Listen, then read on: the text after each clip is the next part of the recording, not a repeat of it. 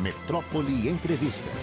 Pois é, nós vamos conversar agora com Tereza Marcílio, que é mestre em educação e presidente da Avante Educação e Mobilização Social, para falar sobre esse cenário de o que é que deve ser levado em conta para a volta às aulas. Muito boa tarde, Tereza, tudo bem? Boa noite já, né? Boa noite, Daniele. Tudo bem? Quer dizer, tudo bem em termos, né? Sempre, né? Na medida que a conjuntura É. permite. Exato. Pois bem, Tereza, a gente está aí nesse momento de volta às aulas presenciais, na maior parte já dos estados daqui do Brasil, inclusive aqui na Bahia. E as aulas semipresenciais do ensino fundamental da rede estadual foram retomadas ontem mesmo, no sistema, naquele modelo híbrido. Como é que a senhora vê esse formato? É um formato que dá certo? Olha, eu acho que, se você me permitir, porque a pergunta é um pouco mais complexa, a resposta é um pouco mais complexa, né? Eu acho que primeiro o que fica em pauta é a garantia do direito à educação, que tem sido violado ao longo desse período. Violado pela ausência total e absoluta de coordenação nacional, violado pela ausência de financiamento para uma educação remota, né, com recursos assegurados para a internet para professores e alunos, e violado porque não se tomou praticamente as providências que deveriam ter sido tomadas, a despeito de ações quase que heróicas de professores e gestores, e também de muitos executivos municipais e estaduais. Então, o que a gente tem que discutir, eu penso que é, na retomada das atividades presenciais, é o que é que a gente vai fazer, porque não é, quando a gente fala assim, retorno, a gente não vai voltar, a gente não volta para lugar nenhum, a vida seguiu, né? Para quem, graças a Deus, não perdeu a vida na Covid, e a gente lamenta profundamente por tantos que perderam, né? Inclusive familiares de crianças e estudantes, professores, profissionais da educação de um modo geral. Para os que não faleceram, a vida continuou. Então, o que a gente tem que discutir é a retomada de atividades presenciais e pensar, já deveríamos ter planejado isso, a gente teve tempo suficiente para planejar uma retomada que significasse, de fato, um respeito ao direito e uma garantia de acolhimento e de continuidade de vida de estudante. Então, o que eu acho que antes de pensar se isso funciona ou não, a gente tem que pensar o que é que a gente vai oferecer. Deveria ter sido pensado já, né? E eu sei que muita gente, muitas escolas e muitos entes administrativos fizeram esse dever, né, de pensar nessa retomada de atividades. Mas o fato é que, como a gente não retorna, a gente tem que se perguntar que espaço é esse que eu vou oferecer, como é que eu vou trabalhar as questões relativas a calendário, a avaliação, a currículo, né? Nada poderá ser igual ao espaço físico, né? Tem que repensar relação adulto-criança ou adulto-estudante, porque também não pode mais ser a mesma. Então, são muitas as questões que se colocam que vão muito além de uma resposta de funciona ou não funciona, né? Uma outra questão que eu acho importante trazer é que a pandemia não é uma doença.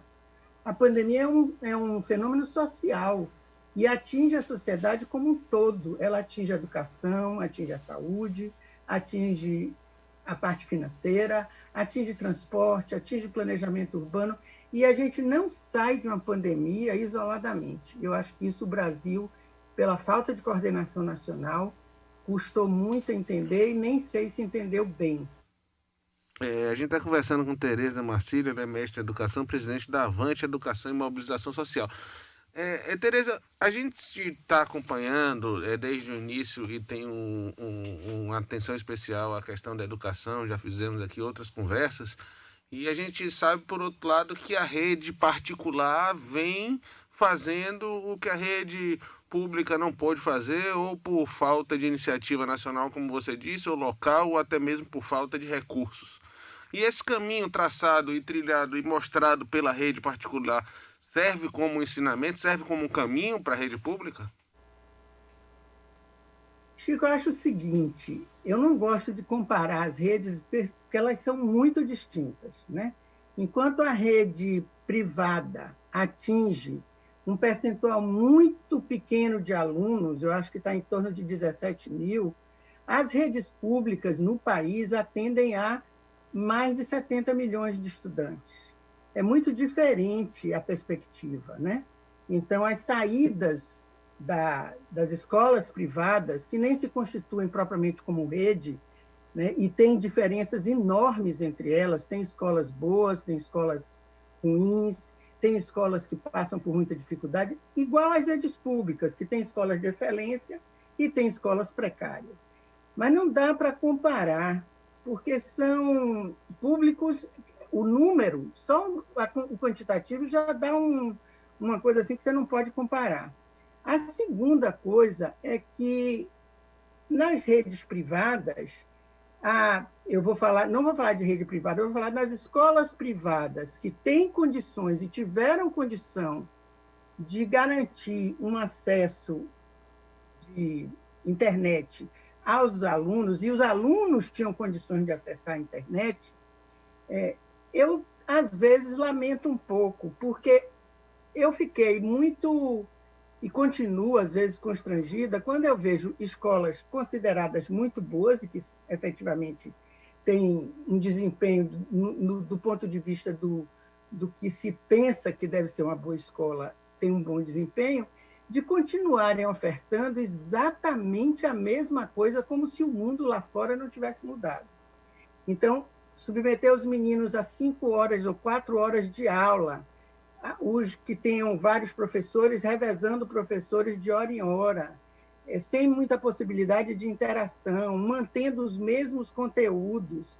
Eu me pergunto se era isso que devia estar sendo feito, não é? Quando o mundo todo está envolvido numa situação de crise, quando o país está numa situação de crise, quando tantas coisas estão mudando ao nosso redor, de que forma isso impactou na prestação do serviço dessas escolas que mantiveram uma rotina? Não há dúvida que a ideia de usar os equipamentos digitais, eu acho que a educação como um todo, aí pública e privada, demorou muito a incorporar isso à sua rotina, a incorporar a ideia de que isso é um instrumento, é uma ferramenta que pode ser uma ferramenta de aprendizagem atual, né? Todas as escolas, até antes da pandemia, proibiam o uso de celular pelos meninos, né? Públicos e particulares. Então, havia ainda um estranhamento da escola, que faz parte dessa dificuldade da instituição de se adaptar aos novos tempos, ao uso da internet. Isso foi vencido de todos os lados.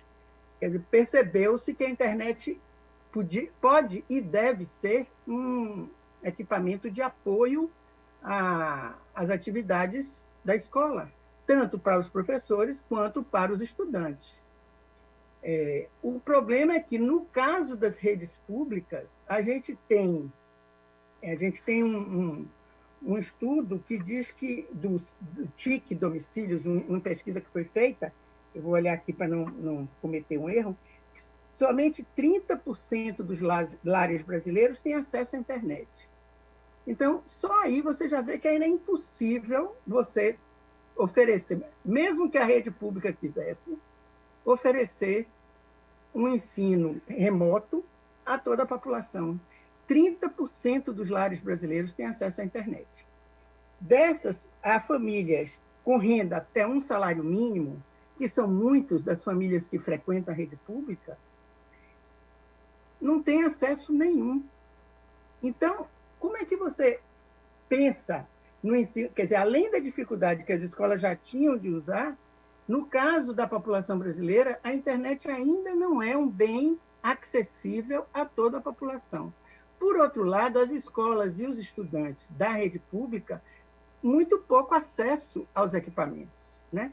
E a gente teve uma legislação de emergência que contou com o veto do presidente para justamente o recurso que daria essa possibilidade. Esse veto foi revogado agora, esse ano, pelo Congresso Nacional, foi derrubado, o executivo, o presidente, entrou com um recurso no STF. Ou seja, é não querer fazer funcionar, né?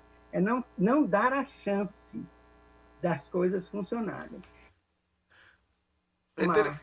Tereza, então você acha que o caminho o primeiro caminho é esse investimento em maciço, tanto em internet quanto em equipamento para esses alunos da rede pública, e com isso uma volta híbrida, ou primeiro você tem que atingir o estágio de dar acesso a esses alunos? Então, eu diria, Chico, que a primeira coisa, lógico que investimento tanto para a internet quanto para equipamentos, quanto investimento nas estruturas físicas. As escolas não podem ser do mesmo jeito, né? A gente, mesmo que passe a pandemia para o ano 2023, a gente vai precisar de ambientes ventilados, a gente vai precisar de um acesso a espaços abertos, a gente vai precisar de usar muito mais os espaços abertos. Então, é preciso pensar num investimento na situação física das escolas. É preciso pensar no investimento de pessoal, porque não podemos mais pensar em 40 estudantes para um professor. A gente não pode mais pensar, além de termos perdido muitos profissionais, né? Tem um estudo já da CAGED que mostra que o índice de óbitos esse ano de professores, entre os professores, foi muito maior do que no ano passado, já indicando um problema relacionado à pandemia. Então, nós vamos precisar de pensar em mais professores e mais profissionais. Então, tem uma série de medidas que precisam ser pensadas do ponto de vista da administração e tem também, do ponto de vista da solução, eu diria que os municípios e as escolas já deveriam ter comissões intersetoriais, formadas por pessoas da área da saúde, da área da educação, da área da assistência, representantes da comunidade, para que pudessem mapear. Essa é a condição de sair de uma pandemia. A gente tem que conhecer o território, a gente ainda não saiu da pandemia, né? A variante Delta está aí chegando e já fazendo crescer em índices. O Rio de Janeiro já está passando por isso, São Paulo também. Há uma estimativa que em setembro as coisas piorem também, mesmo aqui na Bahia, que, graças a Deus, conseguiu conservar os indicadores mais baixos, mas não acabou a pandemia. Então, é preciso a gente controlar, saber como é que está a situação nos territórios. Então, precisava ter essa ação intersetorial. Em cada escola deveria ter um comitê que podia dizer como é que estão as coisas. E aí tem uma ação que é de acolher, de ouvir essas pessoas, de programar uma retomada gradual e planejada. Receber primeiro os profissionais, depois receber as famílias, depois receber os estudantes. E já com essas medidas tomadas, espaços mais adequados, profissionais em número suficiente, e pensar nos ajustes que vamos ter de currículo, de avaliação, de acompanhamento. Não pode ser mais a mesma coisa.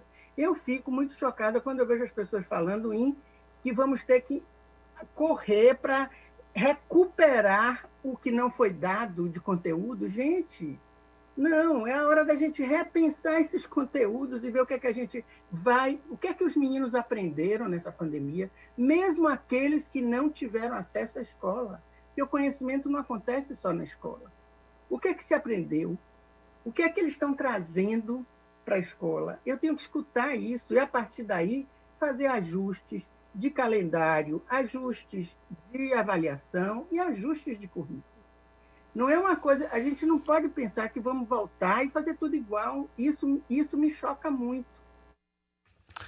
Tereza, como é que você vê a posição aí do APLB, do sindicato, que é sempre muito contra a volta presencial das aulas? Então, eu acho que o Brasil, pela falta de coordenação e pelo absurdo que foi a condução da pandemia e pela falta de coordenação na área de educação, criou-se um clima eu chamo de, aquele cabo de guerra, né? Então, você, diante de um governo irresponsável, omisso, quase criminoso no trato da pandemia, você cria uma resistência enorme na população a qualquer ação que signifique retorno, né? E isso, os profissionais de educação, que são tradicionalmente desvalorizados, né? Tem uma história de ser mal remunerado, ser mal reconhecido. Então, você cria uma situação, e como a educação já vinha passando por uma crise, é como se todos os problemas tivessem que ser resolvidos agora. Nesse sentido, eu acho que é uma lástima, porque o que está em jogo é o direito à educação dos estudantes, das crianças e dos adolescentes.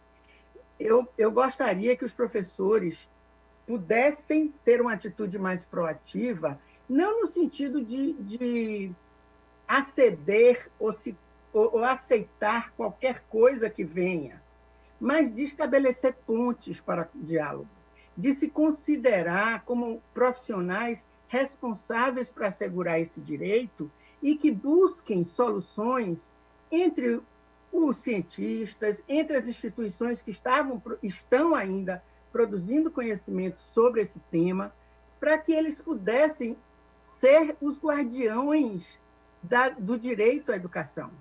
E isso eu acho que os professores, me coloco como professora, nós perdemos um pouco, né? Nós ficamos muito na defesa dos nossos direitos e perdemos um pouco de vista o direito do estudante. E nós somos os zeladores desse direito, os guardiões desse direito.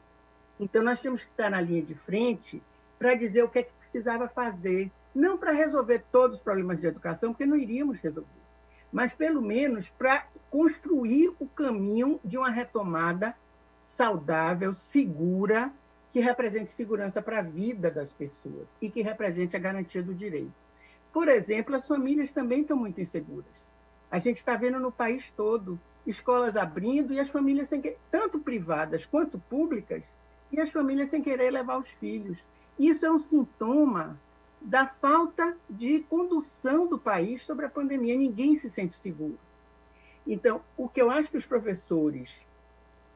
nós professores, temos de fazer é nos colocarmos como guardiões desse direito e reivindicadores de um diálogo em que a gente possa construir juntos a saída. E existem já 1000 documentos. Tem um manifesto da Abrasco, Gamped, várias instituições que dizem que as condições para abrir são vigilância epidemiológica, controle da pandemia no território, né? Alguns princípios têm que se garantir. Um dos princípios é esse, é o de garantir o direito, garantir a equidade, garantir a territorialidade. A pandemia não atinge todos os lugares do mesmo jeito. Então, eu tenho que olhar cada lugar para ver onde eu posso atuar. Esses princípios já estão ditos. Eu tenho que pensar na situação das crianças com deficiência, eu tenho que pensar nas crianças, nos jovens e adultos. Tenho que pensar em cada segmento o que é que pode ser oferecido a ele para garantir esse direito, né? E isso não foi utilizado, pelo menos como deveria. O manifesto está aí desde março.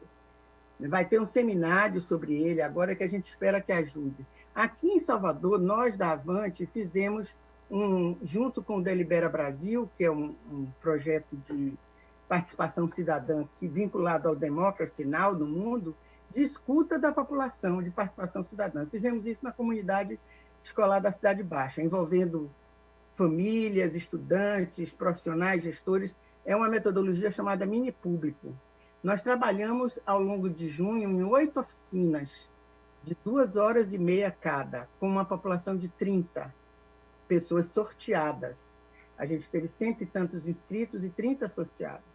E essas pessoas receberam material por especialistas de saúde, de educação, de assistência, de políticas públicas, para embasar uma discussão, e o objetivo é que eles fizessem, ao final, uma carta de recomendações. Essa carta de recomendações está feita e diz coisas muito interessantes. Essa carta de recomendações já foi entregue ao Conselho Municipal de Educação de Salvador, já foi entregue à Secretaria Municipal de Educação, já foi entregue ao Fórum de Gestores da Rede Municipal de Salvador, e nós vamos ter uma audiência com a Comissão de Educação da Câmara para levar essa carta feita pelos... E o que eles reivindicam é que eles querem ser escutados. Eles querem participar das decisões de volta, de retomada. Eles querem que seja elaborado um plano intersetorial. Eles querem que tenham pessoas de todos os setores nas escolas para discutir como é que essa escola abre. Eles reconhecem que a comunidade, às vezes, não entendeu ainda algumas das recomendações de saúde, tipo usar máscara, né? Tipo não manter contato, não aglomerar.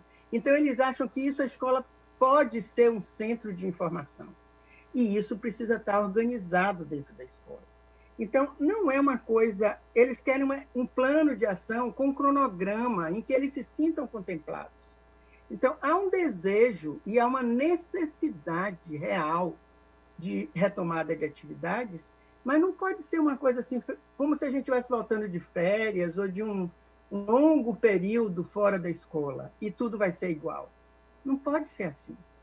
E isso me preocupa muito. Eu acho que nós temos conhecimento hoje, temos instrumentos, temos informação para fazer melhor do que eu vejo que está sendo feito. De fato, eu quero agradecer mais uma vez essa conversa. Espero que façamos outra e que com perspectivas melhores para a educação, viu, Tereza? Muito obrigado. Se Deus quiser, Chico, estamos batalhando para isso. Muito obrigada pelo espaço também. A gente que agradece. Conversamos com Tereza Marcílio, mestre em educação, presidente da Avante Educação e Mobilização Social.